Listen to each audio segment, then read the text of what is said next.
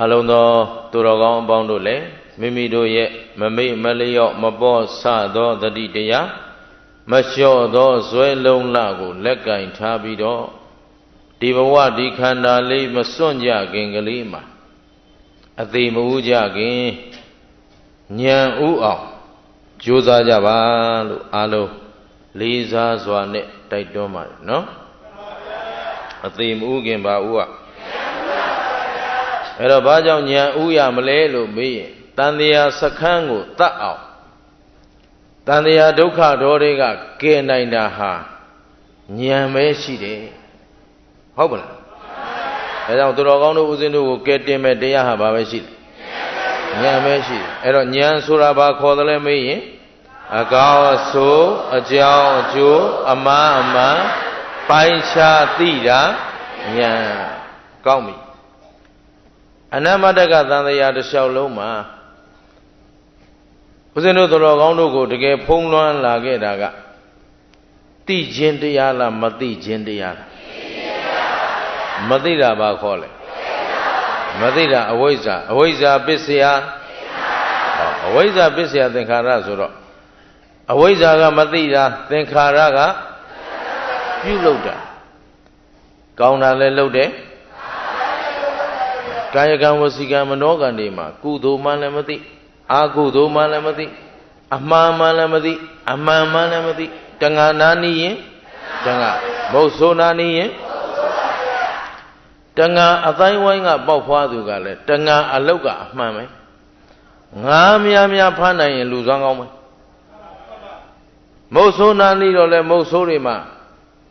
သားကောင်များတတ်နိုင်တဲ့လူကလူစွမ်းကောင်းကုသိုလ်မှလည်းမသိဘူးဒီတော့တန်တရားအရေးဟာအခုလိုဗုဒ္ဓရှင်တော်ဘုရားပွင့်ထွန်းတဲ့ကာလတာမဟုတ်ဘူးဆိုရင်နည်းနည်းလေးစဉ်းစားကြည့်ကုသိုလ်ရောသိမလားအကုသိုလ်ရောမသိနိုင်အခုဗုဒ္ဓဘာသာဖြစ်နေတဲ့ဘဝတောင်ကုသိုလ်အကုသိုလ်ငါတို့သိတာမကြသေးဘူးကုသိုလ်ဆိုတာဘာလဲအဲ့ဒါမြန်မာတွေကုသိုလ်ဆိုတာဘာလဲဆိုကောင်းမှုနဲ့လမ်းဆုံးတယ်ဘယ်ဟာကောင်းမှုလဲမေးရမှာနော်ကိုယ်ကြိုက်တယ်ကိုတော့ကောင်းနေတာပေါ့အရက်သမားသွားမေးအရက်တော့တာကောင်းလားဆိုသူ့အတွက်ကတော့ကောင်းတာပဲဟမ်ဘိန်းစားသွားမေးတော့လေဘိန်းရှူရတာသူ့အတွက်တော့ခြေသမားမေးတော့လေသူခြေထိုးနေရတာသူကတော့သူကောင်းနေတာကျိုးကလည်းကိုတော့အာယုံကိုမပြတ်ဘူးတဲ့တနေ့ကိုဒီပေါ်မှာဇံဝင်စားနေတာဟမ်ရှင်းလားအဲ့ဒါတိုင်းကောင်းတာဖြစ်သလားကုသိုလ်ဖြစ်သလားဇတ်တပင်သမားကလည်းဇတ်တပင်ကနေရရင်ကောင်းတာပဲဟမ်ဝဲများလာငါရင် तू ကကောင်းနေတာဒေအိုးတင်နေတာတော့သူတို့မသိဘူးရှင်းသလားအဲ့ဒီလူတွေမေးကြည့်တော့လေဘုရားပွဲဆိုရင်ကဲမင်းတို့ဇတ်တပင်အငိမ့်မပါတဲ့ပွဲနဲ့ပါတဲ့ပွဲဘယ်တင်းကြိုက်တော့မေးရင်ဘာသာကြိုက်တာပေါ့ခွဲကြီးခန့်ကြီးထဲတောင်ဘာဇတ်တုံးအရင်မေးတာရှင်းလားဘာလို့ဆို तू ကဒေအိုးကိုဒီမင်းသားနဲ့အတူသွားမယ်ရှင်းလားအဲ့တော့ကောင်းမှလည်းမသိဆိုးမှလည်းမသိဗုဒ္ဓဘာသာကြီးဘယ်လောက်ကြောက်เสียကောင်းခဲ့သလဲအဝိဇ္ဇာစီအရင်ပြန်နေကြသလဲမေးရင်ခံယူထားတာတော့ဗုဒ္ဓဘာသာကုသိုလ်မှလည်းမသိဟောကုသိုလ်ဆိုတာဟောဘုရားပြောထားတယ်လောဘဒေါသမောဟမပါတဲ့အလုံးမှကုသိုလ်ကာယကံဝစီကံမနောကံတွေမှာလောဘဒေါသမောဟကင်းအောင်လုပ်နိုင်မှကုသိုလ်กว่าတယ်ကုသိုလ်ဆိုတာအပြစ်လဲကင်းတဲ့ချမ်းသာကိုလည်းပေးတယ်ဒါကကုသိုလ်ရဲ့ result အကျိုးရလဒ်ကိုပြောတာလုပ်ငန်းစဉ်မဟုတ်ဘူးလုပ်ငန်းစဉ်ကလောဘဒေါသမောဟမပါတဲ့အလုံးမှကုသိုလ်ဆိုတော့ဒီလိုဂဂနနမသိခဲ့ကြတော့ကုသိုလ်လုပ်ပင်မဲ့ကုသိုလ်ဖြစ်အောင်မလုပ်တတ်ရှင်းတယ်နော်အကုသိုလ်ဖြစ်လို့ဖြစ်နေမှလည်းမသိဘူး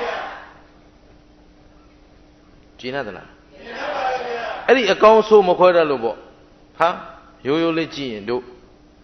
ပါပါလေးနဲ့အထင်လွဲနေကြတဲ့ဟာမျိုးလေးတွေတတ်တတ်လွတ်စားတယ်ကုသိုလ်ဖြစ်တယ်ဟောတတ်တတ်လွတ်စားတိုင်းကုသိုလ်မဖြစ်ဘူးကုသိုလ်ဖြစ်အောင်စားမှကုသိုလ်ဖြစ်တယ်ရှင်းလားတတ်တတ်လွတ်စားပြီးတော့အသာဓုပြတ်သားဟင်းကုန်းမောင်ကြီးကျော်ချိုချင်းကျော်ဘယ်မလဲသူကအသာအမှတ်နဲ့စားနေကြတဲ့လောဘဒေါသမောဟပါပြီကုသိုလ်လားအကုသိုလ်တခါဒီတတ်တတ်လွတ်စားတာဂုံဘုတ်တစ်ခုနိဗ္ဗာန်ရောက်ကြောင်းတစ်ခုဟာထွက်မြောက်ကြောင်းတစ်ခုကြီးပွားကြောင်းတစ်ခုအောင်မြင်ကြောင်းတစ်ခုလို့ရည်မှတ်ပြီးစားရင်လည်းဒါမိစ္ဆာဒိဋ္ဌိဖြစ်တဲ့အတွက်ဒေအိုးကိုတော့အောင်ရှင်းလားတတ်တတ်လွတ်စားတဲ့နေရာမှာငါဤအသက်ခန္ဓာယက်တည်ဖို့အတွက်သူတစ်ပါးတို့ဤအသက်အသွေးအသားမပါစေရငါအတွက်နဲ့မြည်သည့်တတ္တဝါမှမသေးပါစေနဲ့ဆိုတဲ့စေတနာအရင်းခံနဲ့စားမှကုသိုလ်ရတယ်ဗျာရှင်းမလားရှင်းပါဗျာရှင်းရောရှင်းတတ်သလားအေးတတ်တတ်လို့စားတာကိုလုံးလုံးအပြစ်ပြောလို့လည်းမရဘူးနော်ဒီနေ့လာမေးသလိုပဲသင်တို့ဒီမှာမော်လမြိုင်မြို့ရောက်တဲ့နေရာမှာမေကွန်းနှမျိုးအမိခံရပါတယ်ပထမတစ်မျိုးကအခုတပည့်တော်တို့တရားတွေအားထုတ်တရားတွေနဲ့တွေ့တရားအလုံးလုံးနေကြတာကိုတပည့်တော်သံဃာချင်းကပြောတယ်ဒါအတိတ်ကံကြောင့်လို့ပြောတယ်တပည့်တော်ကတော့ပြောတယ်အတိတ်ကံကြီးတစ်ခုတည်းလို့ယူလို့မရဘူးလို့တပည့်တော်ပြောတယ်ဘယ်ဟာမှန်သလဲတဲ့အေး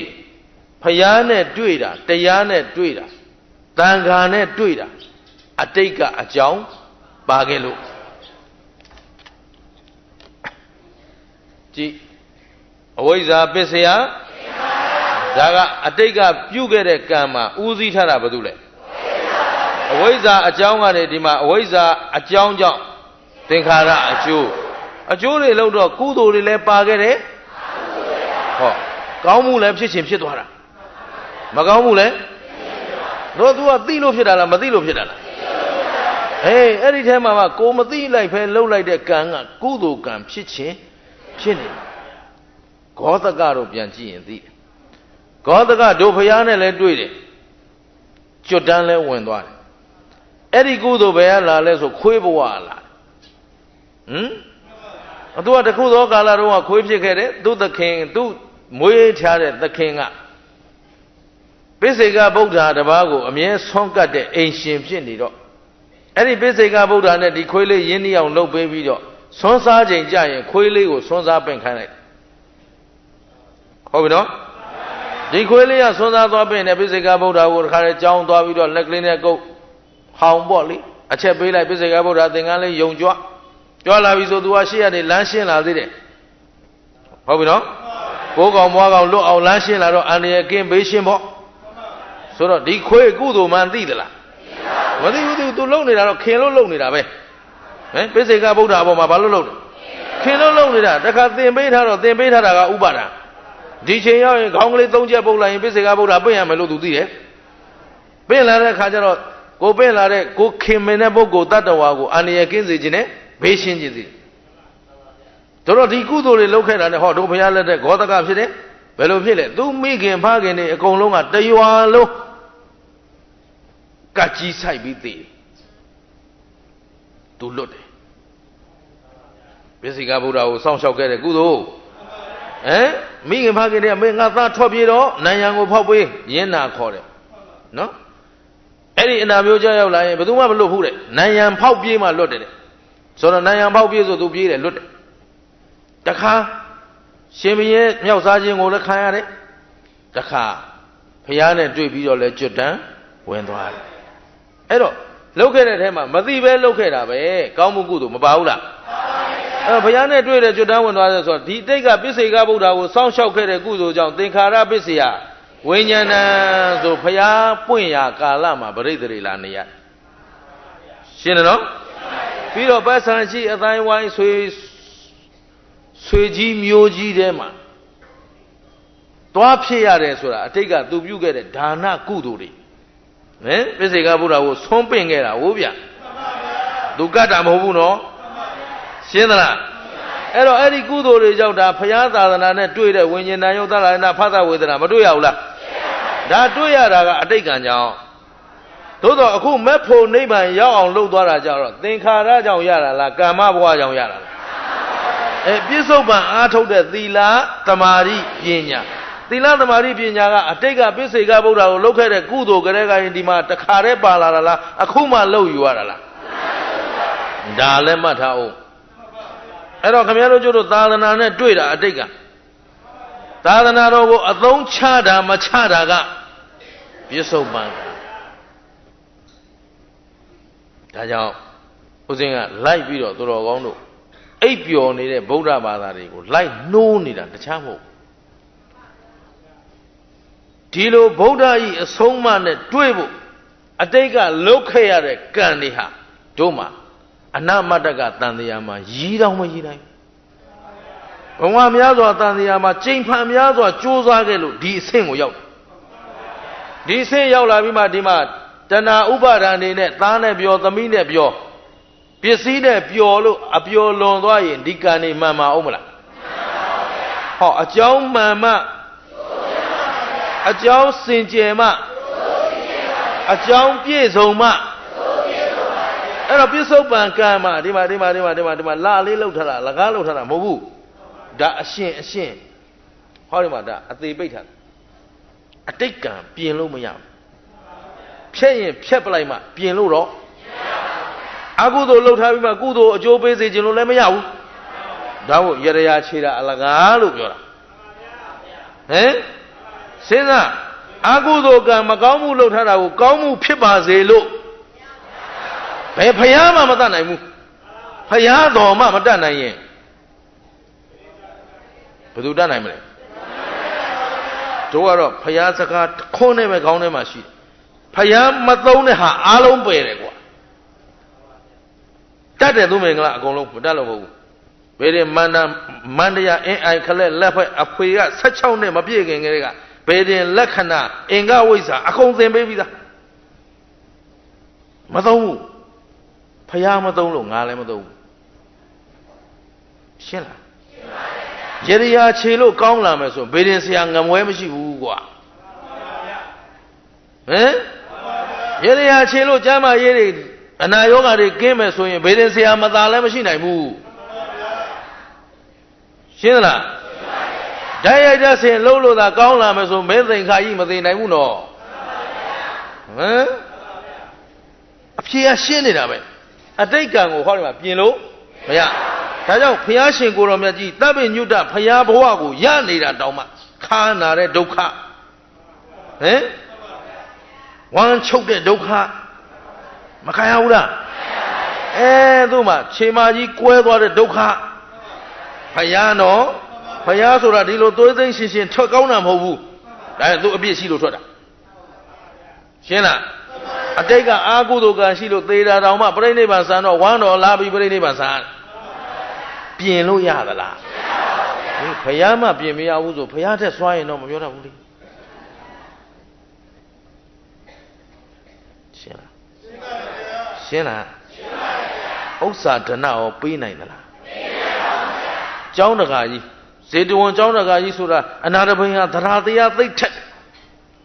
က်လို့ဇေတမင်းသားကြီးရဲ့ဥယျာဉ်ကြီးကိုဖျားပြောလိုက်တဲ့ကျောင်းအင်္ဂါရနဲ့ပြည့်စုံတဲ့နေရာမဖြစ်ဖြစ်အောင်လုပ်တယ်မင်းသားကလည်းလောက်တောင်ရှိတာဆိုတော့အဲ့ဒါငွေအပြည့်ခင်းပြီးဝယ်ရမြေကွက်အပြည့်မြေငွေကိုအပြည့်ခင်းဝယ်ရအဲ့ဒီချင်းကနေဟိုကလာသေးတာအပြည့်လဲခင်းအောင်ဟာတကယ်ဝယ်တဲ့လူဟာမဖြစ်ဘူးဆိုပြီးမှသူကဘာလုပ်တော့ဆိုတော့နာမည်ယူသေးတာအဲ့ဒီမင်းသားမင်းကြီးမင်းသားတွေများ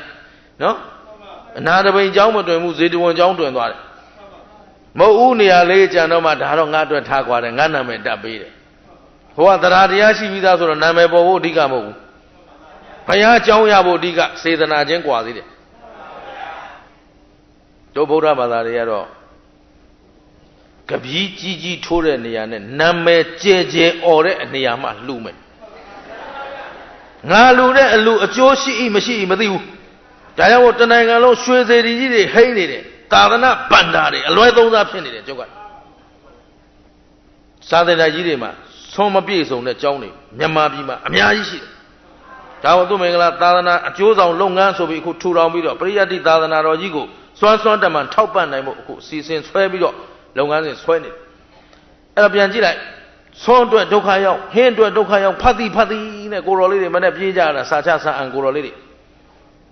တကယ်ပရိယတ်တိသာသနာကြီးပြုစုနေတဲ့လူကြလူမဲ့လူမရှိဘူးချဲလေးပေးတာလို့နဲ့ဖျားတဲတာလို့ဘာလို့နဲ့ဒါသာသနာပြုဆိုရင်လောက်ကြပြီအုံအဲ့ဒါသာသနာပြုတွေမဟုတ်သာသနာပြက်တွေကြိုက်တယ်လို့ဝေဖန်သူမင်္ဂလာအမြင်ရပြောရရင်မြန်မာပြည်မှာနောက်ထပ်ဖျားထပ်တဲเสียမလို့တော့တဲပြီးသားဖျားကိုဆွန်းလောက်အောင်မစားမြက်ပြောင်အောင်ရှင်းမထားဘူးအဲ့မော်လမြိုင်တောင်ကုန်းပေါ်ကဖျားတွေတော့ကြည့်သားရှင်းလားတဲတယ်ပဲပြောတတ်တယ်မကျေနပ်လဲ sorry ပဲသဘောပါလားငတ်နေတဲ့လူတွေတပုံကြီးဗုဒ္ဓဘာသာတိုင်းပြည်မှာငတ်တဲ့လူရှိစရာအကြောင်းမရှိဘူး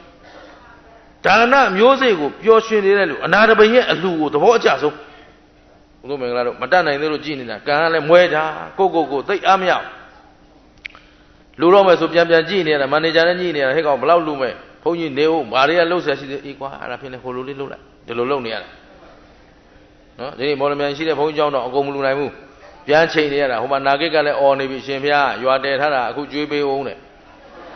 နော်တရားတွေကျွေးပို့ရမယ်ဒီမှာဘန်ပသိမ်မှာရှိတဲ့ဘန်နဲ့တရားဘန်နဲ့မတိုက်လို့ဟိုရောက်မှပြန်လွှဲရ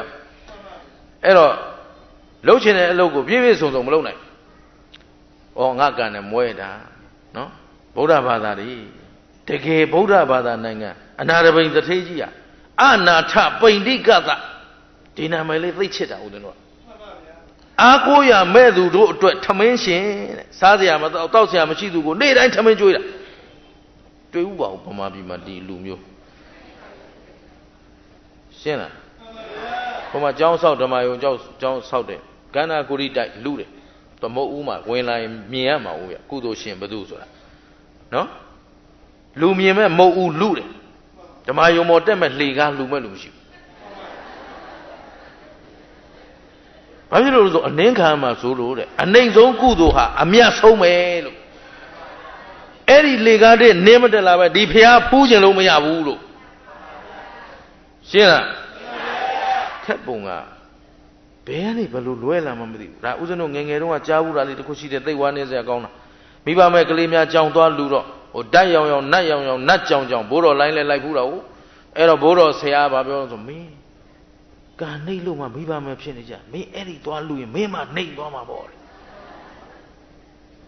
ဘုရားဒါနပြုလို့ကာနှိပ်တယ်လို့ကြုံမကြဘူးလို့ရှင်းလားဗမာပြည်သာသနာဗုဒ္ဓဘာသာဘလောက်ပြည့်နေတယ်ဆိုအဲ့ဒါကြည့်တန်ဃာတွေက90%လောက်လည်းအမြင်မရှင်းဘူးဒါရှော့ပေါ့ပြောထားတာသိပ်ပြောရင်ကိုယ်အထောင်းခံမှာဆိုလို့မရှင်းတာအများသဘောပါလားဖယားသားတော်လုံနေပြီဖယားစကားကိုမှအကျွင်းမဲ့မယုံရင်သားတော်မလုံနဲ့လို့ဒီလိုပြောလိုက်ချင်ရှင်းလားတို့မှဖယားရဲ့စကားပေါ်မှာချွင်းချက်မရှိယုံတယ်ဖယားဒါဟဲ့ဆိုဒါပဲရှင်းလားသဘောပေါက်သလားအဲ့တော့ရေလျာခြေလို့သာရတယ်ဆိုနေမကောင်းလို့ဘေးရင်ဆရာသွားမေးအောင်မယ်ဆိုကိုယ်မှအားထားရစရာတရဏဂုံဘယ်နှပါလဲဒါဖြင့်ဘေးရင်ဆရာကိုခြေဦးလဲလိုက်တာနဲ့ဒီတရဏဂုံ၃ပါးဒီဘေးရင်ဆရာလောက်မှအသုံးမကျဆိုတဲ့တဲ့ကြီးပဲဒါရှင်းသလားသဘောပေါက်သလားစီဝါရေမကောင်းလို့ဓာတ်ရတဲ့ဆင်သွားလိုက်အောင်မယ်ဘိုးတော်စီသွားလိုက်အောင်ဆိုတော့ဒီဘိုးတော်ကဘုရားတရားသံဃာတဲ့တာတယ်ဟုတ်ပြီနော်အဲ့တော့ခုနအနာတဝင်ကိစ္စမပြတ်မှာဆိုလို့ဆက်ပြောလိုက်အောင်မယ်အဲ့အနာတပိန်ကြီးဒီလိုလူရင်းတန်းရင်းနဲ့မွဲသွားတယ်တပြားမှမရှိတော့ဆံပြုတ်တော်မလူနိုင်တော့ဘူးခြေနေတော်ဆိုးသွားတယ်အဲ့ဒါဘုရားကဲအုံဖွားငါတကာကြီးစီစဉ်ဥစားပြေးစေပေးလားရောခြေကနလေးယူသွားပေးလားဘုရားမှမပေးနိုင်ပဲဘယ်သူကဘုရားထက်စွမ်းတယ်လေဒါငါကြည့်ခြင်းတယ်ခင်ဗျားတို့အုံနောက်ကလေးတွေသိစေခြင်းတယ်ရှင်းလားပစ္စည်းဥစ္စာဒဏပြည့်စုံခြင်းမပြည့်စုံခြင်းရဲ့အကြောင်းရင်းကဒါနရှင်းလားအန္တရာယ်ကင်းဘေးရှင်းအနာရောဂါကင်းခြင်းရဲ့အကြောင်းရင်းကသိသေးကြတဲ့အကြောင်းမှန်ရင်အကြောင်းစင်ကြယ်ရင်သဘောပါသလားသိကြပြီးသားကိုယ်စိတ်နှစ်ပါးချမ်းသာခြင်းရဲ့အကြောင်းရင်းက ဘာဝနာရောင်ဝါတရားတော့မဟုတ်ဘူးသဘောပါရဲ့လားအေးအဲ့တော့သာသနာအပေါ်မှာရဲရင်နဲ့အသိနဲ့ထက်သန်တဲ့ဆန္ဒဟုတ်ပြီနော်မဆုံးနစ်တဲ့ဝရိယမနေ့ကဝရိယဝတ္တောကိဏ္ဍမကမ္မနာသစ္စတိပြောခဲ့တာမရှိဘူးလားသန္တာဝတ္တောကိဏ္ဍမကမ္မနာသစ္စတိရှင်းတယ်နော်နောက်စိတ်တဝတ္တောတွန့်ဆုံနေတဲ့စိတ်ဆုံးနစ်နေတဲ့စိတ်တွေနဲ့သာသနာတော်ကိုခင်ဗျားတို့ပြန်ထူထောင်နိုင်မှာမလားခုသာသနာဘာဖြစ်နေလဲပြောခုသာသနာဘာဖြစ်နေလဲမအော်ရင်ကိုမရဘူးညာလူမျိုးရောအဲ့ဒါဘာလို့ပြတ်သွားလို့ဆိုခင်ဗျားတို့ရဲ့ဆုံးနစ်နေတဲ့စိတ်ရှင်းတယ်နော်နောက်ပညာဝတ္တောကိဏ္ဍမကမ္မနာသစ္စတိဟမ်ဝိမာန်သာဓိပတိလေပညာကသာအကြီးမှုတတ်နေရင်အကောင်းဆိုးသာပိုင်းခြားနိုင်ရင်ငါတို့ဒီသာသနာပြည့်စရာအကြောင်းအားလုံးမှာလိုပါတယ်ဆရာမဟောတက္ကမဟောပြည့်စုံအောင်ဖြည့်ကြဖို့ရှင်းသလားဒါမို့လို့ဦးဇင်းတို့ပရိယတ်တိစာသင်တိုက်ကြီးတွေနဲ့ပတ်သက်လို့လိုအပ်တာလေးတွေပြောရင်လေဆရာတော်များရဲ့ခံယူချက်တွေအခုပြောင်းစေချင်တာလေးပေါ့လေဓမ္မဂရိကကပြောတယ်ဆိုရင်ငါတို့စာသင်တိုက်တွေမင်းကတိတ်ခါချတာလားတဲ့မဟုတ်ပါဗျာတိုးတက်စေခြင်းလို့ပြောတာပါအဆင့်မြင့်စေခြင်းလို့ကိုယ်သာသနာကိုအောက်တန်းမကျစေခြင်းလို့ပြောနေတဲ့အပြောဖြစ်ပါတယ်ကိုယ်မုံမှန်မှန်းသိရနဲ့ပြောနေတာဟာသာသနာပေါ်မြတ်နိုးလွန်းလို့ပြောတာပါရှင်းသလားအကုန်အကြိုက်လိုက်ပြီးတော့မှမဲဆွဲသွားလို့သူမင်္ဂလာအကုန်တတ်ပါတယ်ပွဲစားလုပ်ဖူးတဲ့လူပါဘယ်လိုပြောရင်လူတိုင်းကြိုက်တယ်ငါအပေါ်လူတိုင်းဘယ်လိုကြွေတယ်အကုန်သိပြီးသား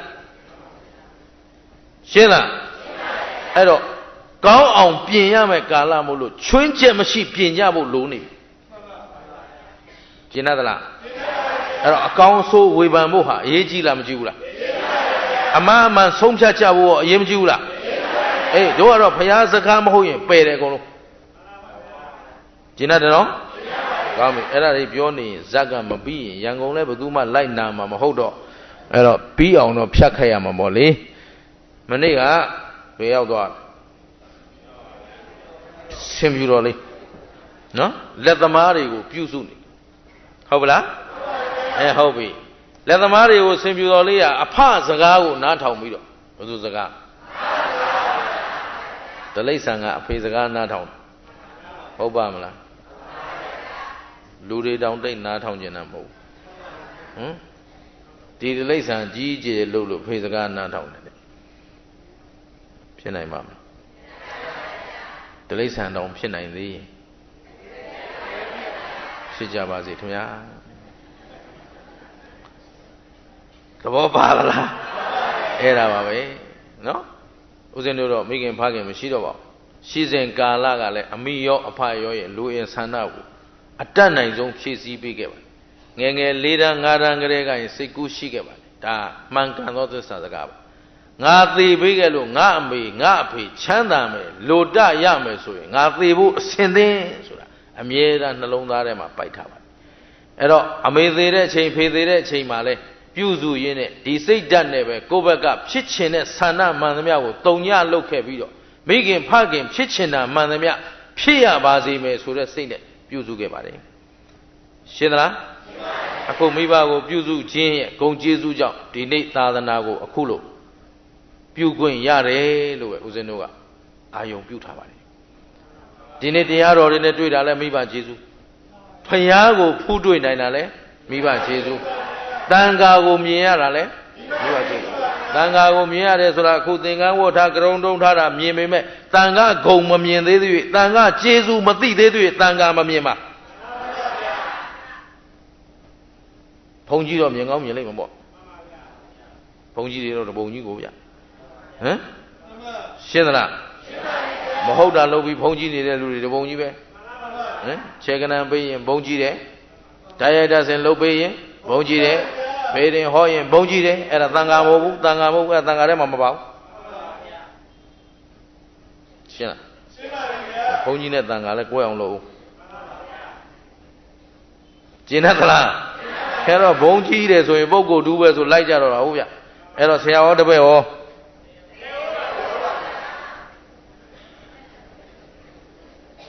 ဒါပဲ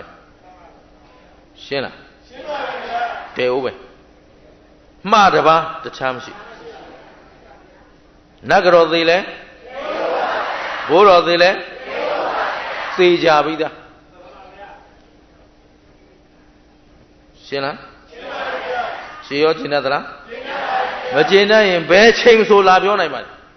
14ဝါ14နှစ်ရှိပါပြီသူမင်္ဂလာဒီလိုစိန်ခေါ်ဟောနေတာဘိုးဘိုးအောင်ဘိုးမင်းကောင်ပဲမလဲတဲဦးမယ်ရှင်းလားမင်းတို့ဖေးတောင်တဲဦးမယ်ဆိုမင်းတို့လဲအဲ့ဒါမှတ်ထားရှင်းသလားရှင်းပါဗျာသူတို့လောက်သာသနာဖြတ်တာမရှိပါဘူးဒီအယူဆမှန်းကိုယုံကြည်လိုက်တာနဲ့ကံကံဤအကျိုးပြောက်သွားပါတယ်ကံကံဤအကျိုးယုံကြည်မှုပြောက်ပြီဆိုတာနဲ့မိစ္ဆာဒိဋ္ဌိလုံးလုံးဖြစ်သွားပါတယ်ရှင်းလားဘယ်သူကဘယ်သူကိုမလို့ရပါသလဲဘယ်သူကဘယ်သူကိုကယ်လို့ရပါသလဲအကြောင်းကောင်းမှအကြောင်းစင်ကြယ်မှကျင်နေပြီနော်ကောင်းပြီသွားကြအောင်စို့ဆင်ပြူတော်လေးလက်သမားတွေလှုပ်ချွေးပြီးနေတော့သူကငယ်ငယ်ရောက်လာတာဆိုတော့ကလေးတွေကသူ့ရဲ့ကစားပဲရေချိုးဆင်းပြီးဆိုကလေးတွေနဲ့သွားမြစ်ထဲရေဆင်းချိုးလက်သမားတွေလိုအပ်တာအကုန်လှုပ်ပေးလက်သမားကျွေးတဲ့အစာစားသူကအဆင်ပြေနေတာပေါ့လက်သမား900အိမ်တော်စု900နဲ့ပေါ့ဆိုတော့အဲ့ဒါလိုအဆင်ပြေနေရာကနေဒီအာဇန်ဒီဆိုတဲ့ပုဂ္ဂိုလ်တွေဟာဆင်းအာဇန်ဒီမြင့်အာဇန်ဒီလူအာဇန်ဒီကျွဲအာဇန်ဒီနွားအာဇန်ဒီအသီးသီးရှိပါတယ်သူထူးကြတဲ့ဂုံပုတ်တွေနဲ့တနည်းအားဖြင့်စွမ်းရည်တတ္တိရှိတဲ့ပုဂ္ဂိုလ်တွေအဲ့တော့ဆင်ပြူတော်ဆိုတဲ့အတိုင်းဆင်ထဲမှာတော့သူထူးကြဆုံးပေါ့အဲ့တော့အဲ့လိုထူးကြတဲ့အာဇာနည်ပုဂ္ဂိုလ်တွေဟာရေထဲမှာကျင်ကြီးကျင်ငယ်စွန့်လိမ့်ရှိဘူးအဲ့တော့ဆင်ပြူတော်ဟာရေထဲမှာတော့မစွန့်ဘူးကုန်းပေါ်မှာတော့သူတန့်ရှင်းရာနေရာသူတတ်မှတ်ရာနေရာလေးတွေမှာဒါကတိရစ္ဆာန်တောင်မှအတိတ်ကအကြောင်းစင်ကြယ်လာရင်ပြစ္ဆုတ်ပံမှာလဲစင်ကြယ်လိုက်ပုံကဆင်ပြူတော်တွေဟာတွေ့ကြရမှာကျင်ကြီးကျင်ငယ်စွန့်လိမ့်မရှိဘူးရှင်းတယ်နော်အဲ့တော့သူလွတ်ရမှာစွန့်ထားပေမဲ့တောင်ပေါ်မှာမိုးကြီးတဲ့နှစ်တစ်နှစ်နဲ့တွေ့တော့ဒီဆင်ဖြူတော်ရဲ့မစင်ကြောက်ကမိုးရင်နဲ့တူမျောပြီးမြစ်ထဲပါသွားတယ်အဲ့ဒီချိန်မှာမြင့်ညာမှာဗာရာဏသီမှာဗာမင်းအုပ်ချုပ်ဗျမရဒါစောစောပြောခဲ့ပြီးသားဗာရာဏသီပြည်မှာဗျမရမင်းကြီးအဲ့ဒီဗျမရမင်းကြီးကသူ့ဆင်900ကိုအဲ့ဒီနေ့ရေချိုးဆင်ဖို့ဆိုပြီးတော့ဆင်ဒိန်းနဲ့အတူလွတ်လိုက်မြစ်ထဲမှာရေချိုးတော့မယ်ဆိုတော့ဆင်နေလာတော့မြင့်ညာကမျောလာတဲ့ဆင်ပြူတော်ရဲ့မစင်ကြောက်ဟာအဲ့ဒီနာပတ်ဝန်းကျင်ကခြုံတစ်ခုမှညှိပြီးတင်းနေတယ်အဲ့ဒီအနံ့ရတာနဲ့ဆင်တွေရှေ့မတိုးရဘူးအမေးထောင်អော်ပြီးပြန်ပြေးဖို့ကြိုးစားကြရှင်းတယ်နော်သူတို့တဲ့ဘုံကံကြည့်သူဆင်တို့ရဲ့အရှင်သခင်ဆင်ပြူတော်ရဲ့မစင်နှံ့ရတာတဲ့အဲ့ဒီရေထဲမစင်ရဘူးတလိษံက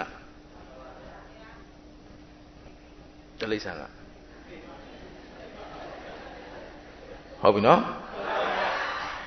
တလိษံကဒီလိုပဲပြောပြရစီတော့ရှေ့ဆက်ပြောရင်ရန်ကုန်မရောက်မှဆိုလို့မပြောတော့ဘူးအဲ့ဒီမှာနော်ပြန်ပြေးမယ်လို့ကြတော့စင်တိန်တွေအကုန်ထိမ့်ပြီးတော့တက်ကျွမ်းတဲ့ပုံကိုယ်တွေရှာကြတယ်ဒါဘာဖြစ်တာလဲ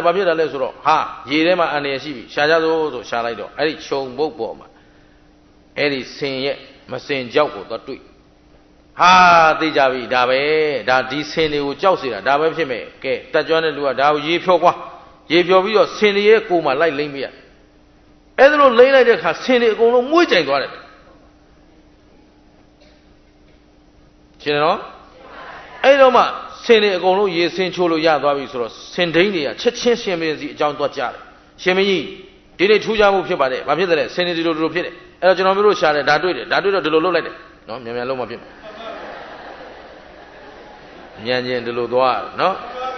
အဲ့တော့ဒါတွေ့တော့ဒီလိုလုပ်လိုက်တဲ့ခါဒီလိုဖြစ်သွားတယ်အဲ့တော့ကျွန်တော်တို့မြင့်ညာမှာထူးခြားတဲ့ဆင်ပြူတော်ရှိနေပြီ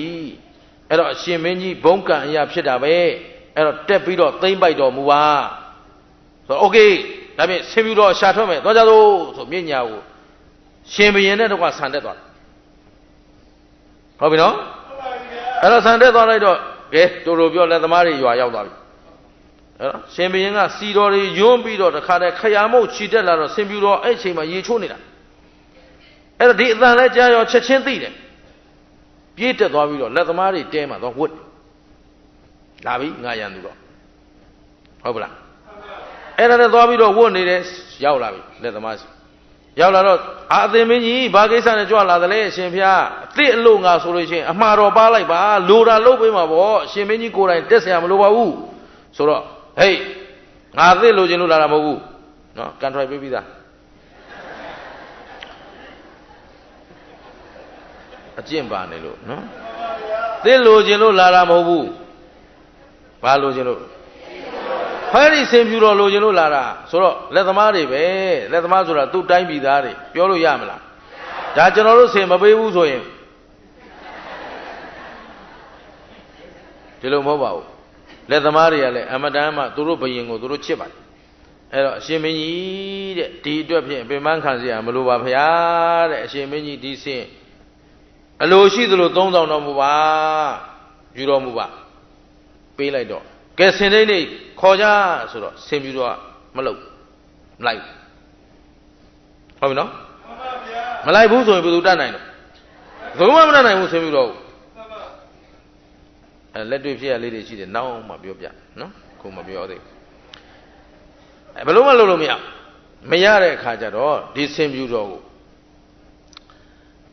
ဘယ်အကြောင်းကြောင့်လဲပညာရှိတွေမေးတယ်ရှင်ဘုရင်ကနှုတ်ဆက်မောင်ကွာဘာကြောင့်ဒီဆင်လေးကမလိုက်ချင်တာတော့တခြားမဟုတ်ဘူးလက်သမားတွေမေးလိုက်အောင်ဆင်ပြူတော့ဘယ်လိုရောက်လာသလဲဘာညာသမိုင်းပြန်ကြည့်တော့သူ့အဖေကအပ်သွားတာဟုတ်ပြီနော်လက်သမားတွေကိုကျေးဇူးဆက်ဖို့ဆိုဩဒါဆိုဟုတ်ပြီတဲ့သူကလည်းဒီလက်သမားတွေကျွေးလို့မွေးလို့ကြီးလာတာလက်သမားတွေကိုသူ့အဖေကကျေးဇူးဆက်ဖို့ထားခဲ့တာအဲ့တော့ဒီလက်သမားတွေကိုအခကျွေးငွေပေးစေခြင်းလို့သူမလိုက်တာပဲဆိုပြီးတော့ဆင်ပြူတော်ရဲ့အင်္ဂါအမီးကို3သိန်းခြေလက်3သိန်းစီခြေနှချောင်း3သိန်းစီလက်နှချောင်း3သိန်းစီနှမောင်း3သိန်းမျက်စိ3သိန်းနား3သိန်းပေါ့ရှင်ဘုရင်ကအကုန်3သိန်းစီပုံချပေးတယ်မလုပ်ဘူးသူကဘယ်ကြည့်နေတော့ဆိုတော့စင်တိန်မိမတွေကြည့်နေကြည့်နေတော့ဆင်ပြူတော့သဘောပေါက်သွားပြီရှင်ဘုရင်ဒါဖြင့်အမျိုးသမီးတွေအဝတ်ထဲကိုစီအကုန်ပေးစေပိုးဖဲဂရိဘပေးပြီမလုပ်သေးဘူးဘယ်သူပြန်ကြည့်တော့ကလေးတွေပြန်ကြည့်သူနဲ့ကစားပေါ်တွေရှိသေးတာဟုတ်ဆင်ပြူတော်ကလေအဲ့ဒီတိရစ္ဆာန်ကလူဘာဝဟောတိရစ္ဆာန်ဘာဝနော်တိရစ္ဆာန်ကိုလူဘာဝပြောလို့ဘယ်ဖြစ်မလို့ဟမ်တိရစ္ဆာန်ဘာဝလို့ဘူးအဲ့ဒါကလေးတွေကြည့်နေပြန်တော့ရှင်ဘုရားဟာငါသဘောပေါက်ပြီဆိုကလေးတွေဆော့စရာကစားစရာနဲ့အဝတ်အစားမုံဘိုးတွေအသီးသီးလောက်ငှအောင်ပေးလိုက်မှအသာတကြီးလေးလိုက်လာဂျေဇုတိဖို့ဆင်ကတလိษံကဂျေဇုတိနေတာရှင်းသလားဒါကိုကိုလည်းပြောပြတယ်မင်းဆင်လောက်မှတန်ဖို့ရှိရလားမင်းစားနေတဲ့ဆွန်းရှင်တွေပေါ်မှာမင်းတာဝန်ကြီးရလားကိုပြန်မေးရတယ်ရှင်းလားတန်ဃာတွေကိုကျွေးထားတာဘယ်သူတို့အေးကျွေးထားတာဘယ်သူတို့ဟုတ်ပလားကျွေးထားတာဘယ်သူလဲအဲ့ဒါကိုသိကြရှင်းလားတမင်းရှင်ဘယ်သူလဲသိကြတလိษံသိတယ်ဟမ်တလိษံမှလောက်မှ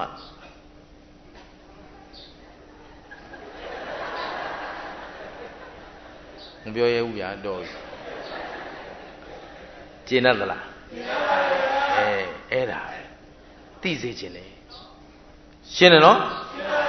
သူ့ထမင်းရှင်တွေပေါ်မှာသူတာဝန်ကြီးလိုအပ်တဲ့အတိုင်းတာမပေးမချင်းသူ့တန်ဖို့လဲသူသိတယ်ဟောအဓိကကိုတန်ဖို့ခဲတို့ပါလေလေဗုဒ္ဓဘာသာတွေတလိษံလားလူလားကိုတန်ဖို့ကျွေးတော်လက်ကိုပြန်မကြိုက်ကြနဲ့ ဒီလောက်နဲ့တရားပြီးရင်တန်းနေရှင်းလားသဘောပေါက်သလားကိုကျေးဇူးရှင်ဘာလဲသိအောင်လုပ်ကြအောင်ကျင်ရတယ်နော်ကောင်းပြီအဲ့တော့ဆင်းပြီးတော့ပါသွားပြီပါဏတိမင်းနဲ့ပါတော့ဗျမရမင်းကြီးစီရောက်သွားပြီဆိုတာနဲ့ဆင်းပြီးတော့ရောက်တာနဲ့ဗျမရမင်းကြီးကလည်းတခါတည်းမြတ်နိုးလိုက်တာဒီဆင်ယတနာလေးရဲ့သူကသူ့ရှေ့တင်ကျေးဇူးသိတတ်ပုံဒီဆင်ရဲ့လိမ္မာပန်းတ်ပုံတန်ဖိုးသိပုံတွေသူကိုယ်တိုင်မြင်ရတော့သိမ့်မြတ်နုံးလို့တိုင်းပြည်တဝက်ကိုဆင်ကိုပေးသူစားတဲ့ကဲ့သို့စားရတယ်သူရတဲ့ကဲ့သို့အသုံးဆောင်အဆောင်ရောင်အကုန်ရှင်းလားရှင်းပါပြီဗျာ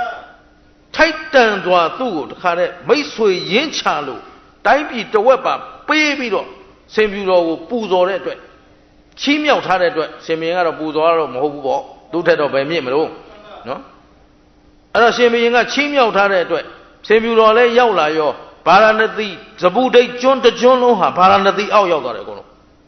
မင်းတိုင်းဟာဗျမရမင်းလက်အောက်ကိုခံ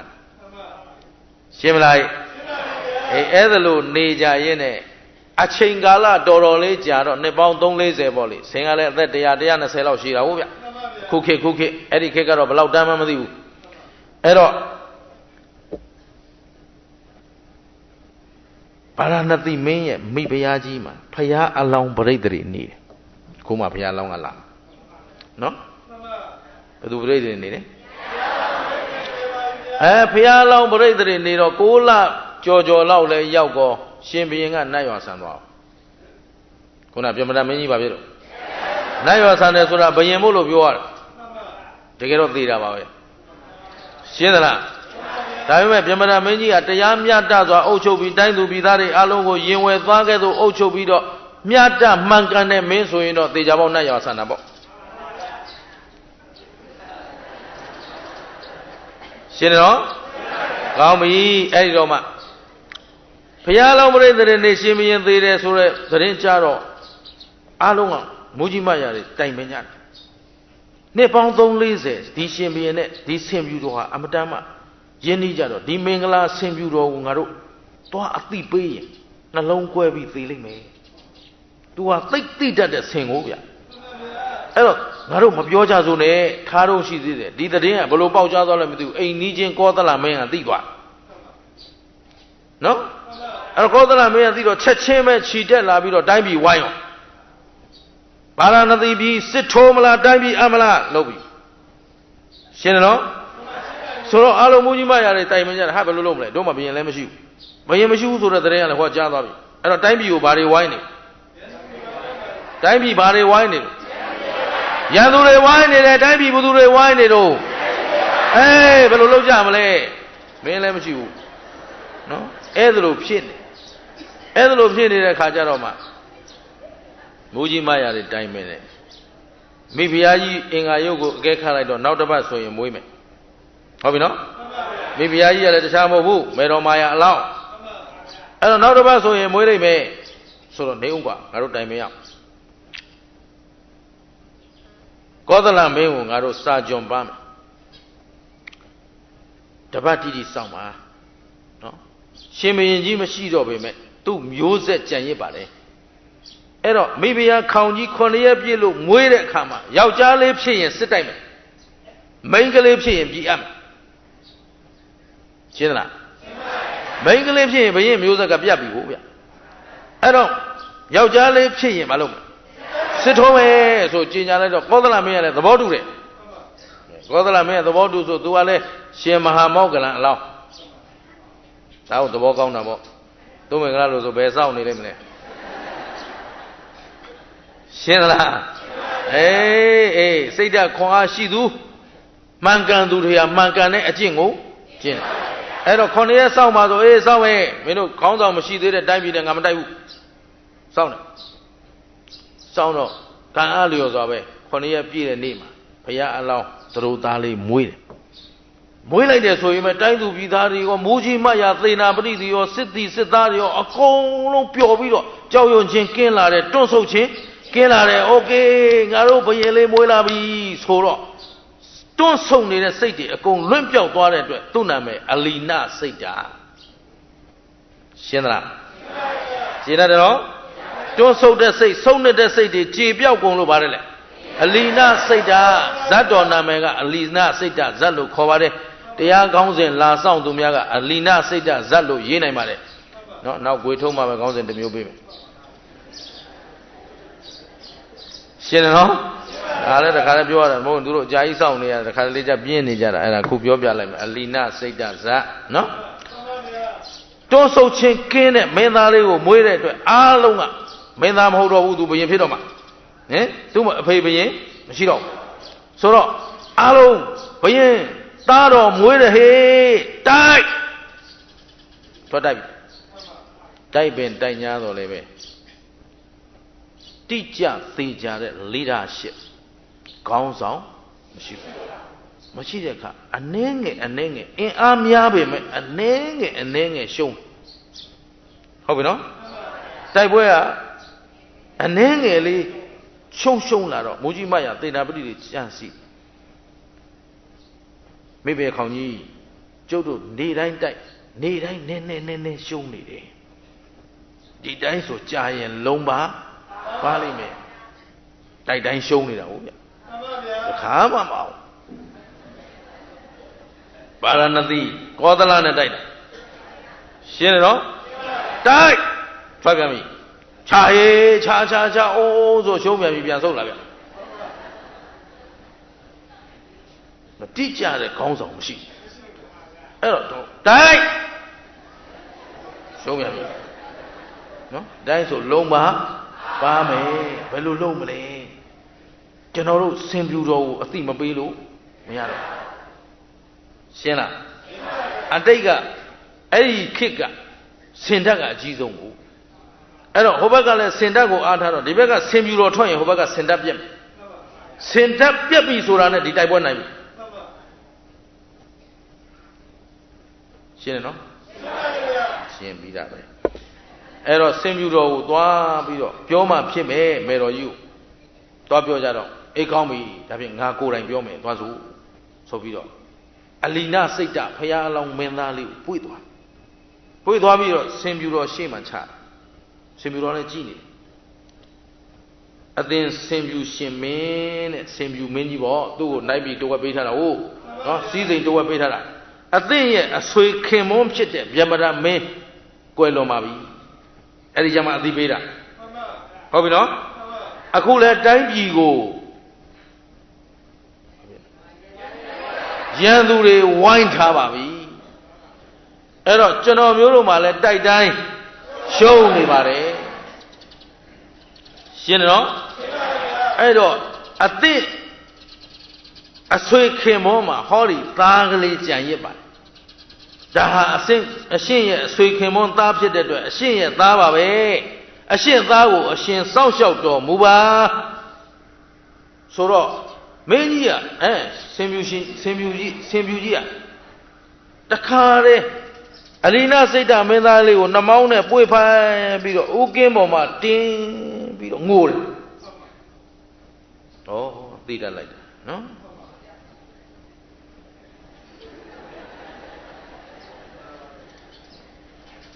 ဥကင်းပေါ်မှာတင်ပြီးပါလို့ငိုသူအားရအောင်ငိုပြီးတော့မှဒီမင်းသားလေးကိုမေတော်မာယာအလောင်းလျာမေတော်ကြီး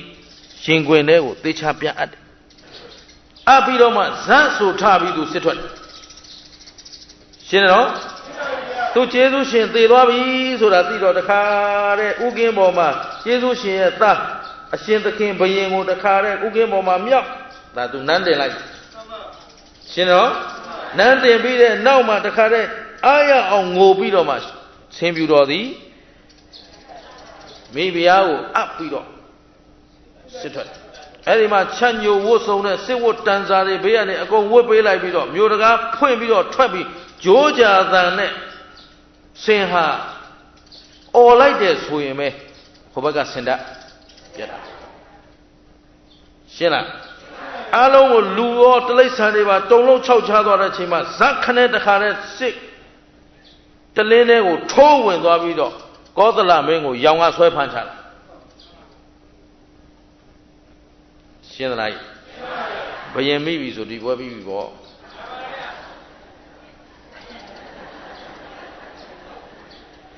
ဟမ်လာခဲ့မင်းရုပ်ဓမ္မကောင်နော်သူများဘယင်မရှိဘူးဆိုမှအနိုင်ကျင့်ကျင်လာခဲ့နော်ဆွဲချလာပြီးတော့တခါတည်းလူမိဖုရားရှိခုနကအလီနာစိတ်တမင်းသားရှိပါလားချဘေးကရိုက်ဖို့နှက်ဖို့တားဆီးဖို့လာတဲ့လူတွေအကုန်လုံးလည်းကာထားတယ်မထိနဲ့မင်းတို့ဖမ်းလာတာမဟုတ်ဘူးငါဖမ်းတာဆိုဆင်းပြတော့သူတော်ကောင်းနော်သူတော်ကောင်းဆိုတော့သူများအသက်ကိုအချီးနီးတပ်ရှင်းသလားအဲ့ဒါနဲ့ဖမ်းပြီးတော့မင်းသားရှိမှအပြီးတော့မှဘာပြောလဲဆိုဆင်းပြတော့ဒီတိုင်းပြည်မှာရှင်ဘရင်မရှိဘူးဆိုပြီးတော့အနိုင်ကျင့်ဖို့တော့မင်းနောက်ခါမကြိုးစားနဲ့ဟောတာငါတို့ဘရင်ပဲဟောမင်းသားလေးကိုဗါတဲ့တော့ဒါငါတို့ဘရင်ပဲတဲ့ဒီတိုင်းပြည်မှာငါရှိတယ်ဘရင်ကဆင်ပြတော်ကဗါတဲ့ဒီတိုင်းပြည်ကိုမင်းအနိုင်ကျင့်ဖို့မကြိုးစားနဲ့ဒီတိုင်းပြည်မှာဆင်ပြတော်ကပြောတာဆင်ပြတော်ကရှင်းသလားဒီတိုင်းပြည်မှာငါရှိတယ်မင်းနောင်ကိုအနိုင်ကျင့်ဖို့မကြိုးစားပါနဲ့နောက်တစ်ခါအနိုင်ကျင့်ရင်မင်းအသက်ကိုငါယူရလိမ့်မယ်တစ္ဆာဆိုပြီးတော့အဲ့ရှေ့မှာတစ္ဆာဆိုခိုင်းပြီးမှနောက်နောင်ကိုဒီလိုမထိမ်မဲ့မြင်မပြုပါဘူးဆိုပြီးပြန်လွှတ်လိုက်ရှင်းသလားအဲ့တော့သူသည်ဟောဒီဆင်ပြူတော်သည်အခုဘဝမှာဘာဖြစ်နေယဟန်လေးမမိတ်နဲ့အခုဘာဖြစ်နေလဲယဟန်လေးဟာဆုံးနေတဲ့ယဟန်လေးလို့မနေ့ကပြောခဲ့တယ်မလားဒီလိုရှေ့ကလမ်းကြောင်းရင်လိုက်တတ်ပါတယ်ဟမ်တရားအထုတ်ပြီးတော့ဘုရားသာသနာတော်နဲ့ဝင်ပြီးတော့တရားအထုတ်တဲ့နေရာဘာဖြစ်နေတော့ဆုံးနေလို့ဘုရားကဒီဝတ္ထုဟောတာမဟုတ်လားအခုဆင်ပြူတော်ဆုံးနေခြင်းရှိသလားရှိပါဘူးတွန့်ဆုတ်ခြင်းရှိသလားရန်သူစစ်တပ်စကလုံးကဘယ်လိုသုံးမလဲကောသလမင်းကြီးရဲ့တက်ကြီးဟုတ်ပလားကောသလမင်းကြီးရဲ့ခောပတိတက်ကြီးအလေကောင်ကိုတကောင်နဲ့ဝင်ပြီးဘယင်ဖမ်းလာတာရှင်းလားရှင်းပါဗျာမင်းအဲ့ဒီချိန်တုန်းကဒီလိုစွမ်းဆောင်ခဲ့ပြီးမှငါဖရာအပေါ်မှာမင်းဒီလိုကူညီခဲ့ဘူးတဲ့စောင့်ရှောက်ခဲ့ဘူးတဲ့အခုမှငါသားတော်မင်းဘယ်လိုဖြစ်တာလဲဖရာကရှင်းသလားမင်းတွန့်ဆုံမနေနဲ့တဲ့အဲ့ဒီတုန်းကငါသားရဲရင်စွာတိုက်ပွဲဝင်ပေးခဲ့တဲ့အတွက်ငါတို့အောင်ပွဲဆင်ရဘူးတဲ့အဲ့ဒီမှာအလီနာစိတ်ဓာမင်းသားလေးကို9နှစ်ပြည့်မှနန်းတင်ပြီးတော့ဆင်ပြူတော်ဟာသူ့ပေါ်တင်ပြီးတော့တိုင်းကန်းလဲ့လေတယ်ဇပူဒိတ်ကျွန်းတကျွန်းလုံးပြန်လန်ရဲတဲ့လူမရှိရှင်းလားမင်းသားလေးကလည်း9နှစ်သားကအုပ်ချုပ်ကြတဲ့ကတိုင်းပြည်ကိုရင်ဝယ်သားခဲ့သို့အုပ်ချုပ်ပြီးတော့အားလုံးမင်းကျင့်တရားနဲ့အညီကိုကျင့်တရားတွေကိုစောင့်ထိန်ဖို့အဓိကထားပြီးတော့အုပ်ချုပ်ခဲ့တဲ့အတွက်သေတပံတက်တဆုံးတိုင်းသူပြည်သားတွေဟာချမ်းသာတာနဲ့နတ်ပြည်ကိုပြည့်စေတယ်လို့တောင်ပြောတယ်မင်းကတရားမြတ်တတ်ရင်တိုင်းပြည်မှာတခိုးချဖို့မရှိဘူး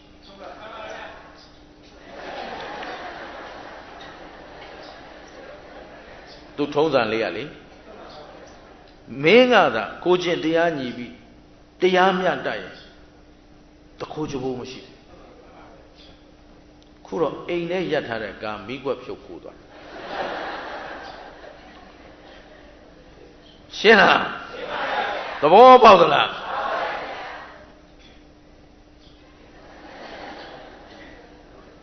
ပြောချင်တာခုလို့ပြောချင်တာမပြောရတဲ့ဘဝအမြန်လွတ်ပါရစေရှင်းတယ်နော်ပြောချင်တာဟမ်အဲ့တော့ဒါတွေကဝတ်ကြွေးတွေဆိုတော့အခုတရားပွဲသိမ့်ခံနီးလေးပြုသင်ပြုလိုက်တာလေးပြုပါဦးအဲ့တော့ဥဒုမင်္ဂလာတို့အခုသုမင်္ဂလာသာသနာအကျိုးဆောင်လုပ်ငန်းကနေညီကိုများမော်လမြိုင်မြို့ကိုလာရောက်ပြီးတော့တရားဓမ္မ2ညတာဟောကြားပြသတာမကြခင်ပြီးပါတော့မယ်အဲ့တော့အဲ့ဒါလိုဟောကြားပြသတဲ့နေရာမှာလာရောက်အကျိုးဆောင်ကြတဲ့သာသနာပြုအဖွဲ့များမှဦးဇင်းရဲ့ညီတော်နောင်တော်များမှသူတော်ကောင်းတို့အပေါ်မှာကာယကံဝစီကံမနောကံအပြစ်များကျူးလွန်မိတာရှိကြရင် ဦးဇင်းတို့ကြောင့်သူတော်ကောင်းတို့မှာစိတ်နှောက်ယှက်ကိုယ်နှောက်ယှက်ဖြစ်ခဲ့ရင်အာလုံးသီးခံခွင့်လွတ်ပေးကြပါလို့သူမင်္ဂလာအကျိုးဆောင်ဖွဲ့ကိုစားဥသူမင်္ဂလာကိုယ်တိုင်တောင်းပါပါတယ်နော်အာလုံးခွင့်လွတ်နိုင်မလားခင်ဗျာ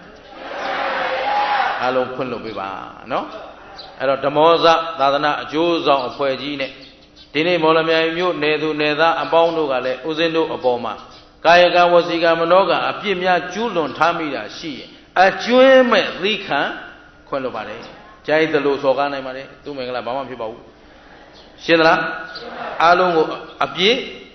ခြေပါတယ်တန်တရားကျွေးတွေများလွန်းလို့ပြောချင်တာပြောမရတဲ့ဘဝကလွတ်ပါရစေဟမ်သွားချင်ရသွားမရတဲ့ဘဝကလွတ်ပါရစေရှင်းသလားအားလုံးတူညီမြသောအကျိုးနဲ့တူတန်တရားကျွေးတွေခြေကြတို့ရှင်းသလားအားလုံးစိတ်ကောရှင်းရလားဦးဇင်းတို့ပြောသမျှဟောသမျှထဲမှာသဘောမကျတာရှိရင်လည်းနိဝရန္တုသိခံပြီးတာပြန်ကြပါတော့သဘောပါရလားကြိုက်ရှိစေအဲ့တော့ဒါဆိုရင်အားလုံးကြည့်ပြီနော်ကောင်းပြီအဲ့တော့ဘုရားရှင်ကိုယ်တော်မြတ်ကြီးကဒီတွန့်ဆုံနေတဲ့ယဟန်လေးကိုဒီဇတ်တော်ဟောပြီးဆုံးမရှင်းသလားအဲ့တော့မင်းလဲဘောဓိပက္ခိယ38ပါးမဲ့ခင်10ပါးပြောရင်အများကြီးပေါ့ဒါတွေအကုန်ချိုးလိုက်ရင်သီလသမာဓိပညာဟောဒီသီလသမာဓိပညာကိုပြင်းထန်တဲ့ဆန္ဒဟုတ်ပြီနော်ထက်မြက်တဲ့လုံလဝရိယဟုတ်ပြီလားတွန်းဆုတ်ခြင်းကင်းတဲ့စိတ်ပိုင်းခြားနိုင်တဲ့ပညာတွေနဲ့မင်းမဆုံးမနစ်ကြိုးစားမယ်ဆိုရင်ဒီမက်ဖို့နိဗ္ဗာန်ဆိုတဲ့အောင်မြင်မှုကိုရမယ်ချစ်သားတဲ့ချစ်သားဆင်ပြူတော်ဖြစ်နေငါဖရားရဲ့အပေါ်မှာမင်းတာဝန်ကြည်ခဲ့ပြီးမှအခုကြမှာဘာလို့ဆုံးနေနေသလဲရှင်းသလားဆုံးနေချင်းကင်းတဲ့ရဲရင်သောဆင်ပြူတော်အောင်ပွဲဆင်သွားတယ်ကျင်တတ်ကြလားအဲ့တော့အလီနာစိတ်ဓာတ်ဆိုတဲ့ဘုရားလောင်းမင်းလဲချမ်းသာစွာအသက်ထက်ဆုံးအုပ်ချုပ်နိုင်သွားတာသည်ဘသူရဲ့အကူအညီကြောင့်ဆင်ပြူတော်ရဲ့အကူအညီကျေးဇူးတိတတ်မှုဆုံးနစ်ချင်းကင်းတဲ့စိတ်များတွေလန်နေပြစ်နေတဲ့ကြားတွေကခောပရိဏတ်ထဲကိုတကောင်နဲ့ပြေးဝင်သွားတာရှင်းသလားအဲ့တော့အဲ့လိုမဆုံးမနစ်ပြေးဝင်တာကိုလည်းတွေ့လိုက်ရောကြံတဲ့တက်တွေဟာဘာတော့အကုန်ရှဲစင်တတ်ပြက်တန်းနဲ့ကောသလမင်းကြီးရောင်ကနေဆွဲဖမ်းလာတိုးတော့သူတော်ကောင်းဖြစ်သည့်အားလျော်စွာတတ်သလားဒါဖြင့်ဒီစင်သည်မဆုံးမနစ်သူတော်ကောင်းအကျင့်ကိုကျင့်သွားတယ်ဆိုတာမသိကြဘူးလားဒီတိုက်ပွဲကိုဝင်လာလဲသူဝင်ခြင်းလို့ဝင်လာလားကျေးဇူးရှင်အတွက်ဝင်လာလားရှင်းတယ်နော်ဒါဖြင့်တွတ်ဆုတ်ခြင်းကင်းရင်အောင်ပွဲဆင်းတယ်ဆိုတာမသိကြဘူးလားအဲ့တော့စိတ်တဝတ္တောကိဏ္နာမကမံနာသစ္စတိပြင်းထန်တဲ့စိတ်ဆန္ဒရှိသူတို့အတွက်မအောင်မြင်တဲ့အလုပ်ဆိုတာရှိပါဘူးကျင့်သလားထက်သန်သောလုံလဝရိယရှိသူတို့အတွက်မအောင်မြင်သောအလုပ်ဆိုတာရှိပါဘူးဒါဖြင့်ဒီနေ့သာသနာဘာဖြစ်နေလဲပြောဘာဖြစ်နေလဲလူမျိုးရောပြင်လို့ရပါမလားပြင်နိုင်သလားဘယ်သူတွေမှာတာဝန်ရှိလဲပြင်ကျင်ကြသလားသန္တာဝတ္တောဂိဏ္နာမကမ္မနာသစ္စတိထက်သန်တဲ့ဆန္ဒရှိသူအတွက်မအောင်မြင်တဲ့အလုပ်ဆိုတာရှိပါဘူးပြင်ကျင်သလားပြင်နိုင်သလားဘယ်သူတွေပေါ်မှာတာဝန်ရှိလဲဒီနေ့သာသနာပြည့်နေတာဘယ်သူကြောင့်လဲโอเคလူမျိုးပြည့်နေတာဘယ်သူကြောင့်လဲဒါဖြင့်ချိန်သိမ်းစောင့်ရှောက်ဖို့ဘယ်သူတွေမှာတာဝန်ရှိလဲဒါဖြင့်သတိထားဝရိယဆိုင်ပညာနဲ့ကြည့်ရှင်းလားသတိဝရိယပညာနဲ့ကြည့်မယ်ဆိုရင်ဒါကိုပြင်လို့ရမရခုလဲအကုန်လိုက်ပြင်နေရမှာလားကိုပြင်ရုံပဲလားအနမတကတန်တရားမှာခမည်းတော်ကျွတ်တို့အကြည့်လွဲခဲ့လို့ဟင်အပြစ်ရှာတဲ့အခါကိုရှာသလားသူများရှာသူများအပြစ်ကြရင်စီလို့အပေါက်ရှာတတ်တယ်ကိုပြစ်ကိုကြတော့ရောက်ဦးဇင်းတို့ရောက်ရမှာဆရာတော်တန်ဃာတော်များလည်းပြောရတယ်ဒီနေ့ရောက်လာတဲ့ဆရာတော်တွေရှင်ဘုရားတို့တပည့်တော်ပြောမှဆိုမှ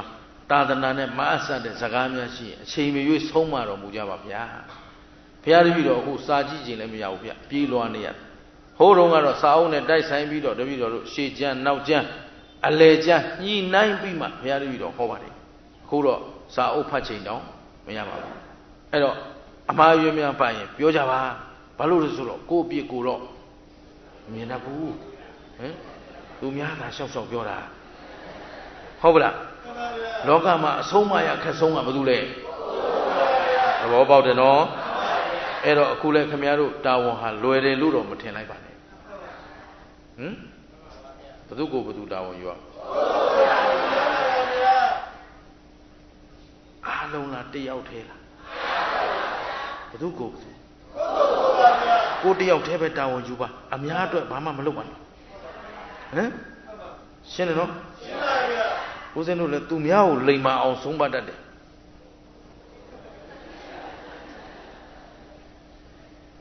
ဆုံးမရခက်ဆုံးဘယ်သူလဲရှင်းသလား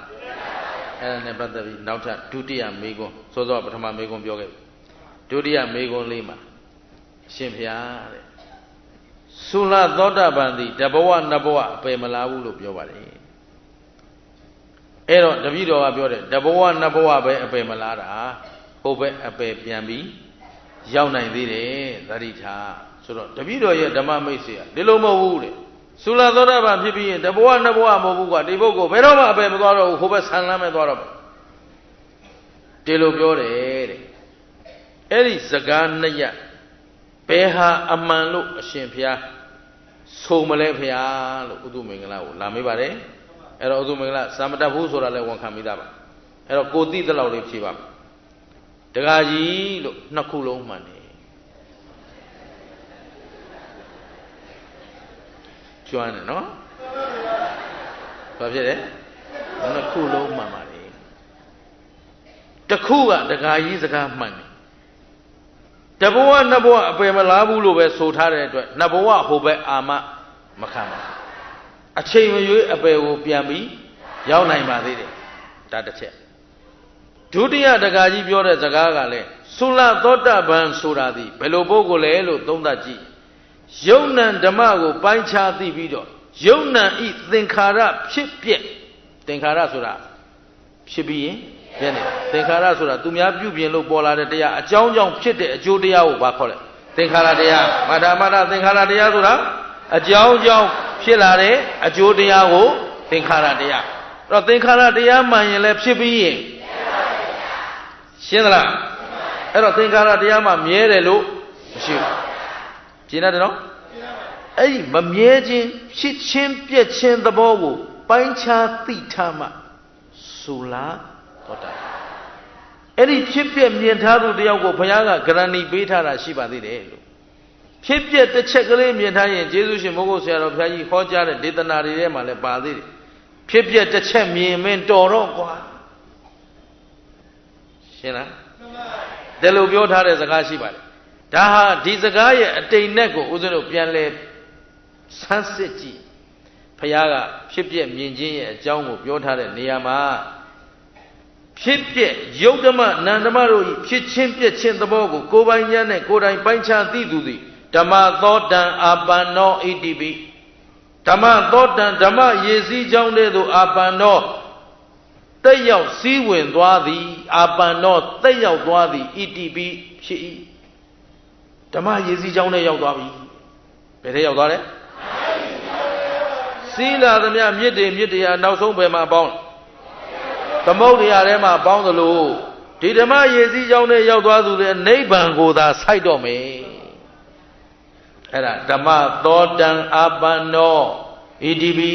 နိဗ္ဗာန်သို့သာစိုက်ရောက်ရဟုဆိုအပ်သောဓမ္မရေစည်းကြောင်းတွင်သို့တက်ဝင်သွားပြီဒါရင်လားမဟုတ်သေးဘူးအမတ္တဒွါရံအာဟိသဒိဋ္ဌတိဣတိပိအမတ္တမသေးယအမှန်ပြည်နိဗ္ဗာန်ဤဒွါရံတကားဝ၌အာဟိသဒိဋ္ဌတိတည်နေပြီတဲ့တကားဝရောက်နေပြီရှင်းလားဒီတော့ဓမ္မတို့ဤတတ္တိမျိုးစေ့သည်လေတိမ်ချင်း6တွေ့သွားယိုရှိဘူးစစ်မှန်သောဓမ္မအသိသည် 6တွေ့ပြည့်စည်ခြင်းရှိပါဘူးဒါကြောင့်ဖြစ်ပြမြင်တဲ့ဉာဏ်ဧကံရလို့ကိုယ်ပိုင်ဉာဏ်နဲ့ကိုယ်တိုင်သိဆုံးဖြတ်ချက်ချပြီးဩသင်္ခါရတရားအလုံးဟာဖြစ်ပြီးရင်ပြည့်နေတာပဲလောကမှာမြဲတဲ့တရားမရှိဘူးလို့ကိုယ်ပိုင်ဆုံးဖြတ်ပြီးသားပုဂ္ဂိုလ်သည်တဘဝထက်တဘဝမြင့်တဲ့မြင့်လို့ဟုတ်ပြီနော်ဒီဘက်ကဉာဏ်ဦးစီးတဲ့ကုသိုလ်အကြောင်းကံတွေလုပ်ခဲ့တော့တိဟိတ်ဥက္ကဋ္ဌအဖြစ်နဲ့ဒုတိယဘဝမှာမွေးရတိဟိတ်ဆိုတော့အာလောဘအာဒေါသအာမောဟဟိတ်နဲ့ပါလာပြီးတော့ဥက္ကဋ္ဌအကြီးမှုဖြစ်တဲ့အတွက်သင်္ခါရတရားလေးအနိစ္စကိုယခုဘဝမြင်သလိုတစ်ချက်မြင်လိုက်တာနဲ့သောတာပန်ဖြစ်ပြီရှင်းသလားဒါဖြင့်ဓမ္မဤတန်ဖိုးဟာအမတန်မကြီးဘူးလားအဲ့တော့နှစ်ခုလုံးမှန်တယ်ဆိုတာဒုတိယကဓမ္မတန်ဖိုးနဲ့ကြည့်ရင်ဓမ္မသည်ဆုံးနစ်တတ်သောသဘောမရှိပါရှင်းလားဒါကြောင့်သစ္စာတရားပွဲဆိုတာတစ်လုံးမှတ်မိနှလုံးမှတ်မိအကျိုးရုပ်ရိုးထုံးစံရှိတစ်လုံးပဲသိနှလုံးပဲသိနိုင်ဆလို့မရတဲ့ဂုံကျေးဇူးတွေရှင်းလားသဘောပေါက်သလားလောကမှာဘာမြဲလဲကြားလားကြားလားရှိသေးလားအဲ့ဒါအတန်အာယုံအစင်းအာယုံလည်းဒီတိုင်းပဲအနံ့အာယုံလည်းအားလုံးဟာဒီအတန်ကလေးဟာကြည်သားကြားတယ်နော်ဒီအတန်ငကိုကရှိလားရှိပါဘူးဗျာခုလက်ဖွားနှစ်ဖက်တီးလိုက်တော့ဘယ်ဘက်လက်ဖွားမှာဒီအတန်ရှိလားရှိပါဘူးညာဘက်မှာရှိပါဘူးဗျာဒါဖြင့်ဘယ်အချိန်ထွက်လဲနှစ်ခုအကြောင်းတိုက်ဆိုင်တဲ့ချိန်ထွက်လာအဲ့ဒီထွက်လာတဲ့အတန်အကြောင်းတိုက်ဆိုင်လို့ထွက်လာပြီးတော့အကြောင်းတိုက်ဆိုင်လို့ကြားတာကြားပြီးတာနဲ့ဘာမြဲလဲခင်ဗျားတို့ခန္ဓာမှာဘာမြဲလဲလောကကြီးမှာဘာမြဲလဲအလုံးဟာဖြစ်ပြီးရင်ဘာသစ္စာဖြစ်ဒုက္ခငါတို့မှာတကယ်ရှိတဲ့ဒုက္ခမေဝဒုက္ခဥပ္ပစ္စမာနဥပ္ပစ္စတိဒုက္ခနိရောဓမာနနိရောဓတိဒုက္ခဖြစ်နေတာနဲ့ဒုက္ခပြည့်နေတာပဲရှိတယ်ရှင်းသလားအားလုံးရှင်းသလားအဲ့ဒီမှာပုဂ္ဂိုလ်တ attva ပါသလားကြားသလား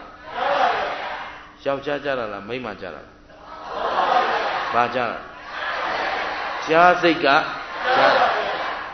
တကယ်လို့ယောက်ျားကြားတာလို့ဆိုရင်မိန်းမမကြားနဲ့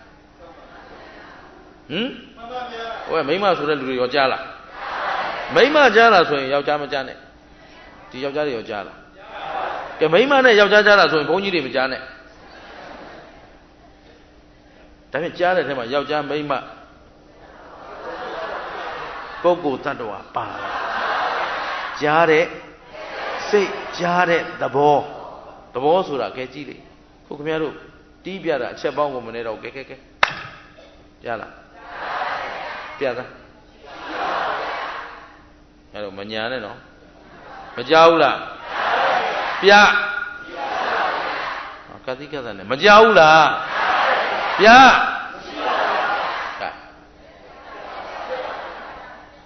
ပြန်မတောင်းဘူးဗျာဟမ်ရသလားမရအိမ်ယူသွားဟာဘာအကောင့်ထဲရှိဘာမှမမောစရာရှိရှင်းတယ်နော်ဩမာဒဏီဘလောက်လှဖြစ်ပြီးဩမာဒဏီဆိုတာဩမာဒဏီကလှတာလားအဆင်းကလှတာအဆင်းဆိုတာမြဲသလားဖြစ်ပြီးတာနဲ့မျက်စိနဲ့တိုက်ရင်မြင်တယ်မတိုက်ရင်ရှင်းသလားကဲဒီတော့သင်္ခါရတရားဟာဖြစ်ပြီးရင်အဲ့တော့ဘယ်တရားမြဲလဲလောကမှာရှိတဲ့တရားမဖြစ်မပြတ်တဲ့တရားမရှိဘူးတရားအလုံးဟာဖြစ်ပြီးရင်ကဲဒါဖြင့်ရုပ်လိုခြင်းသလားနာမ်ရောဘာရရင်ကောင်းမလဲဘာရလို့မှမကောင်းဘူးလက်ရှိခန္ဓာဘာသစ္စာ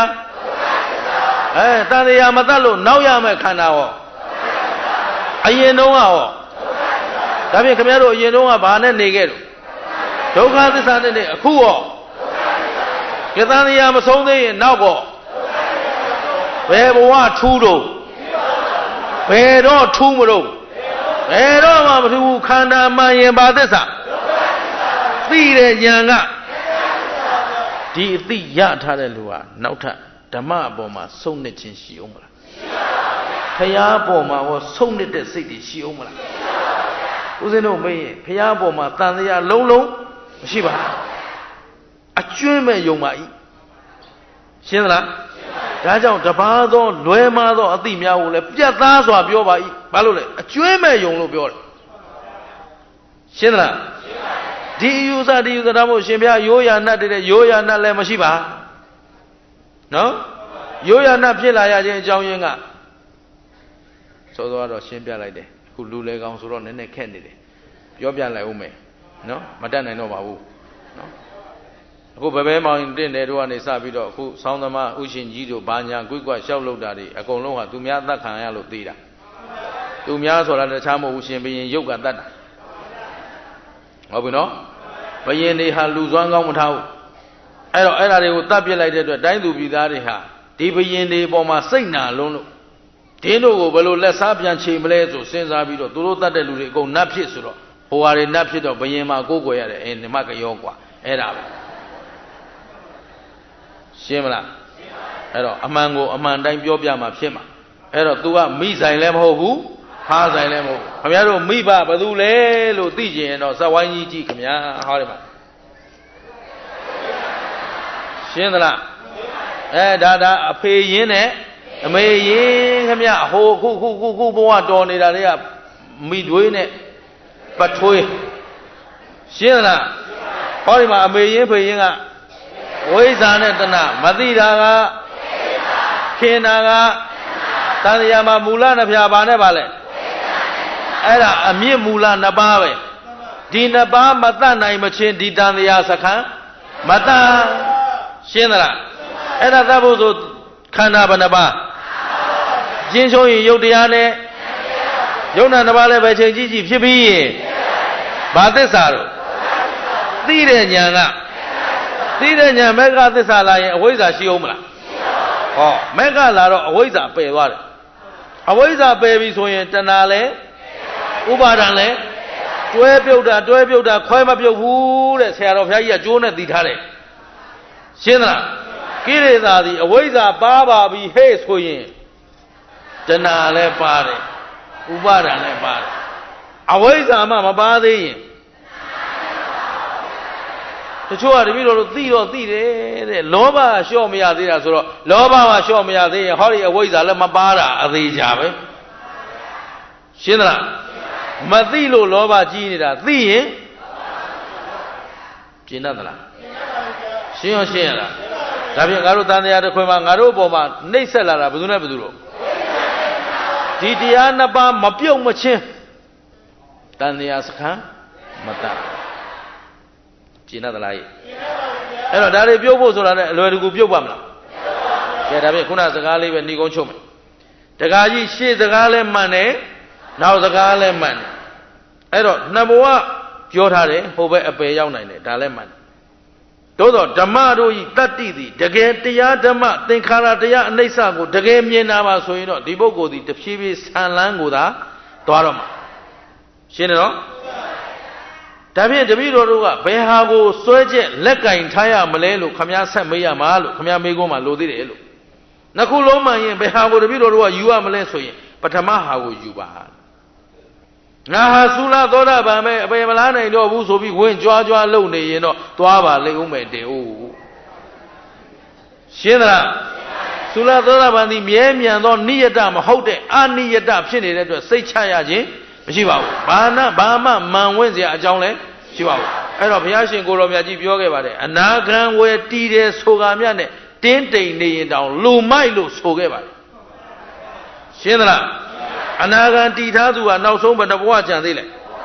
အေးဘုရားကအနှဲငယ်မြသောဘဝကိုမှငါချီးမွမ်းစရာမမြင်တဲ့ဘဝတစ်ခုကိုနှစ်သက်နေသေးရင်လူမိုက်နာဂံတောင်လူမိုက်ဆိုရင် တို့ဘာတွေတို့လူမိုက်ဖြစ်ကလွတ်ပလားမလွတ်သေးရင်လွတ်အောင်ဖြည်းဖြည်းလွတ်တာပေါ့ဟမ်ဖြည်းဖြည်းမရရင်ဘယ်လိုလုပ်မလဲမြန်ဆိုရင်ခုချက်ချင်းစားနောက်ကျနေပြီရှင်းသလားသာသနာဘာဖြစ်နေလဲလူမျိုးရောပြင်လို့ရပါမလားပြင်နိုင်သလား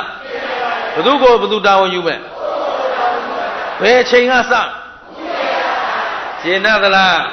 နဲ့ပြန်မဆိုမမိဘူးနော်ရှင်းသလားခုကစမယ်ဆိုသတိထားဝရိယဆိုင်ပညာနဲ့ကြည့်ဘသူကိုဘသူကြည့်မယ်ကိုယ်ကိုကြည့်ခန္ဓာဘယ်နှပါဒီ၅ပါးပဲအချိန်ကြည့်ကြည့်မြဲတာတွေ့မလားမမြဲတာတွေ့မလားပိုင်တာတွေ့မလားမပိုင်တာတွေ့မလားဒါဖြင့်ခန္ဓာမှန်ရင်ဘာသစ္စာသိတဲ့ဉာဏ်ကမဲ့နဲ့သာမမှန်ကန်ကန်သိရင်ဒီဘက်ကလောဘဒေါသမောဟမာမာနတွေလာအောင်မလားဆုံးနေတဲ့စိတ်တွေဖြစ်အောင်မလားမဖြစ်ရင်သေတာကနောင်ခန္ဓာမလာတာကသစ္စာဘယ်နှချက်ကဲအေးကဲတော့သစ္စာ၄ချက်တစ်ပြိုင်တည်းကြိုက်မှဒါလျင်တန်တရားဝတ်တွင်းကလွတ်ကင်းနိုင်မှာဖြစ်တဲ့အတွက်မမေ့မလျော့မပေါ်ဆာသောသတိတရားမလျှော့သောဇွဲလုံးလလက်ကင်ထားပြီးတော့ဆုံးနစ်ချင်းကင်းအောင်ကြိုးစားကြပါစို့လို့တိုက်တွန်းရင်းနဲ့နာကြစို့